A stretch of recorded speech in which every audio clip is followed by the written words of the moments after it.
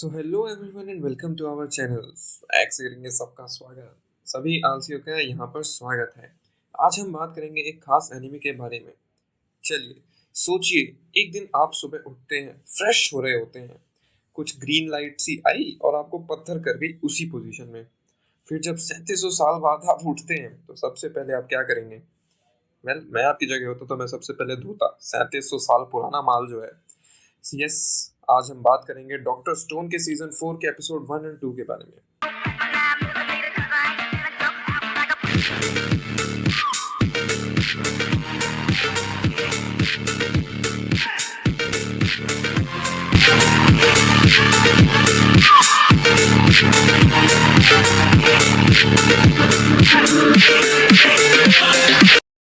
हमारे सीजन 3 की एंडिंग होती है एक आइडिया से, जो कि है मून पर जाना। जी हाँ, मून पर, जहाँ पर आज तक देशों की जाने में ऐसी तैसी हो जाती है, क्योंकि उन्हें मून से एक सिग्नल आ रहे होते हैं वाई मैन जो वो बनाते हैं, ताकि उस डिवाइस से वो इंस्ट्रक्ट करके दोबारा सबको पत्थर में कर सके।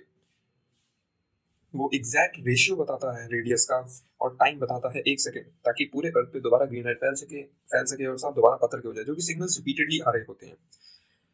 वो उसको पकड़ना चाहते हैं। बाकी मैं एज्यूम कर लेता हूँ तुमने देखा ही होगा, आखिर सीजन 4 पे डायरेक्ट होने से पहले पीछे का देखा ही होगा। तो सीजन 4 की शुरुआत होती है इंट्रो से, उन सभी की जो पर्शियस शिप पर होते हैं, रिपोर्टर मिनामी के द्वारा। एंड यहाँ पर मैं आपको इंट्रोड्यूस कर देता हूँ।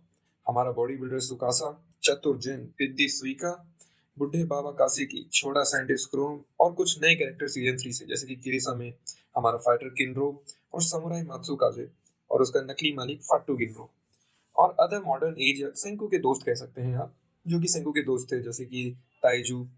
पहले एपिसोड में हम देखते हैं ल्यूसी एंड सेंकू की लड़ाई, जो कि सीको जाके चुगली कर देती है ताइजू से, और ताइजू आके दोनों को उड़ा देता है अपनी ताकत से। आगे हमें पता चलता है कि ये लड़ाई हो रही होती है रास्ते के ऊपर, क्योंकि सेंकू चाहता है जल्दी पहुंचना और ल्यूसी चाहता है टाइम लेना, ताकि आराम से पहुंचा जा सके सेफली। देखो, इतनी मैथ्स तो मैं भी नहीं जानता, और तुम भी मुझे नहीं लगता इतने मैथमेटिशियन हो कि तुम्हें पता हो कि स्फीयर पर कर्व पाथ छोटा होता है rather than स्ट्रेट पाथ से। कर्व पाथ को कहते हैं द ग्रेट सर्कल रूट, और स्ट्रेट पाथ को कहते हैं लॉक्सोड्रोम पाथ। तो जो ग्रेट सर्कल रूट है उससे हमें लग रहे थे 40 दिन, और जो लॉक्सोड्रोम पाथ था उससे हमें लग रहे थे 70 दिन। ऋषि कहता है कि मैं ज्यादा से ज्यादा 60 दिन में कर सकता हूँ जल्दी से जल्दी, बट सेंकू अड़ा रहता है। क्यों? क्योंकि 40 दिन बाद भुट्टे का सीजन खत्म हो जाएगा, सर्दी आ जाएगी, सारे जो हमारा येलो डेंट है वो खराब हो जाएगा। सो पता नहीं क्या लॉजिक लगाते हैं ये लोग, और सोचते हैं कि सट्टे से डिसाइड करेंगे हम किसकी बात मानी जाए। तो एक शुरुआत होती है खतरनाक सट्टे की, जिसमें जेन ज्वाइन करता है रूसी की टीम। मेंटलिस्ट है, कुछ भी कर सकता है, जबान तो कैची जैसी चलती है इसकी। क्यों भाई, अचानक से फोकस बढ़ गया तुम्हारा? ऐसा सीन आता है तो, एंड बाकी लोग बैटिंग करने लगते हैं। मैं आता हूँ जरा वॉशरूम से, मैं भी आया अभी वॉशरूम से।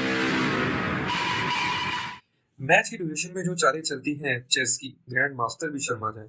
हाथों की सफाई से लेकर दिमाग की सब हो जाता है। फिर जेन सबका ध्यान एक इंसेक्ट की तरफ खींचता है और बूम, सारे पत्ते पलट देता है रूसी के। बट क्योंकि हमारे डॉक्टर शेंकू के पास साइंस का आर्मर है, ओह सॉरी प्लॉट आर्मर है, तो इधर से वो अपनी चालाकी करता है, अपनी लैक्रीन एलर्जी का यूज करके वो रॉयल फ्लश के पत्ते जमा करता है अपनी बंदी के तेज हाथों द्वारा, और फाइनली जीत जाता है। नहीं समझे रॉयल फ्लश क्या होता है? कोई बात नहीं, अगर समझना हो तो कमेंट्स में जरूर बताएं, मैं भी नहीं जानता। फिर हमारी वाइफू कोहाकू तेजी से पत्ते निकालती है और सेंकू जीत जाता है। आप सेंकू की खुशी देखो, कैसी जीप लबलबाई। आखिर में देखो सेंकू का स्क्विरल फेस, वो होती है ना मुंह में भरने वाली। फाइनली वो जीत जाता है एंड 40 डेज का पाथ सेट हो जाता है। बट अगेन कुछ रैंडम लॉजिक से रूसी कहता है कि हर 10 दिन जो कटे हैं उनके बदले कुछ मौज होनी चाहिए। 30 दिन के लिए 3 चीजें हो गई, जो कि हुई थी डबल खाना, दारू एंड सट्टा। मर्द की सारी जरूरतें का एक साथ ध्यान कर दिया सिवाय एक के, मज्जानी लाइफ। आखिर में हमारा सोनार उइक्यो आइडिया लगाता है कि चतुर जेन ने सेंकू की हेल्प की, बट जेन टाल देता है सीरियस मैच बोलकर, और थोड़ा सा जेन दुखी भी होता है कि वो सही में हार जाता है पावर ऑफ साइंस के सामने। इसी के साथ हमारा फर्स्ट एपिसोड खत्म होता है। सेकेंड एपिसोड स्टार्ट होता है, एक मिलाकर छोड़ दिया काफी टाइम तक। फिर हो गया तैयार, झाग भी आएगी अपने आप, कर पी के टुल हो जाओ, बनते फिरो सबके बाप। लिख ले, बहुत काम आने वाली है तेरे चीजें। ऐसे ही लेसन के लिए do subscribe. Back to story. अब सब तो पीते नहीं, इसलिए सो बाकियों के लिए बनता है कि जो साइंस थी ये औकात से बाहर हो गई, कुछ खतरनाक ही केमिकल इस्तेमाल हुए, लेकिन लिख लो, क्या पता तुम्हारे काम आ जाए अच्छे से। अब पत्थर बन जाओ कभी तुम भी, तो क्या पता तुम्हें भी बनाना पड़े कॉकटेल 3700 साल बाद। अच्छे से आटा धो लो, फिर सल्फ्यूरिक, जी हाँ, सल्फ्यूरिक एसिड डालो और barium carbonate, acid base reaction, neutralise and done. Now yoghurt, दूध गुनगुना करके छोड़ दो, अपने आप ग्रीक योगर्ट बन जाएगा। अब गम सिरप और योगर्ट को नींबू में मिला दो, तो हमारे पास क्या तैयार होगा, डेयरी सोडा। पता नहीं क्या होता है ये, आज तक कॉकटेल पी का है।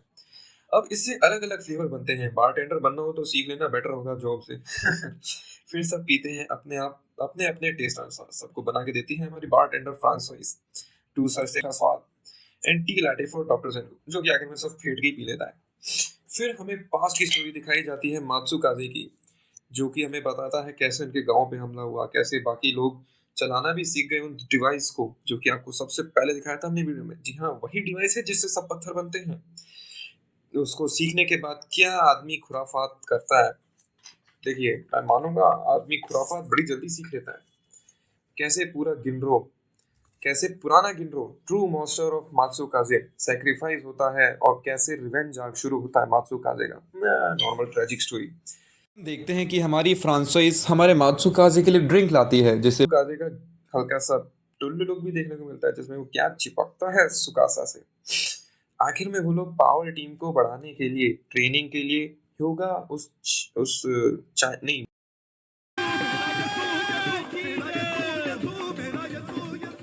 सा है, तो वो उन्हें चेक में रखेगा, इसीलिए वो टेंशन फ्री उन्हें जिंदा कर देते हैं वापस। कुछ निकला रहेगा, जब तक सूरज चांद रहेगा आपको रास्ता याद रहेगा। बट सेंकू की किस्मत, सेंकू के हमें यहाँ पर जो जेन है उसे नहीं समझ में आएगा। बट सेंकू की काली जबान, तूफान आया जी डोरेमोन वाली जेब से सनस्टोन दैट इज कैल्साइट निकालता है। याद करो रेक्टेंगुलर प्रिज्म थ्योरी, जो तुम पढ़ के भी नहीं लगाते वो उसने बिना पढ़े लगा दी। हैकर है भाई, हैकर। उससे वो सन की एग्जैक्ट पोजीशन निकाल लेता है एंड वाइकिंग का राज खुल जाता है। कैसे उन्होंने, एंगल पे होता है सन तो दो इमेजेस बनेंगी, बट अगर स्ट्रेट वाइज परपेंडिकुलर बनेंगी राइट रेज तो नो इमेजेस, सिंगल इमेज। उसे देखकर सेंको को भी अपने बचपन की एक्साइटेशन याद आ जाती है, साइंस बहुत इंटरेस्ट करती है। बट बड़े होते होते पता चलता है, अरे बाप रे। Thanks for watching and stay tuned. Do write in comments any suggestions on your POV. Thank you and keep learning.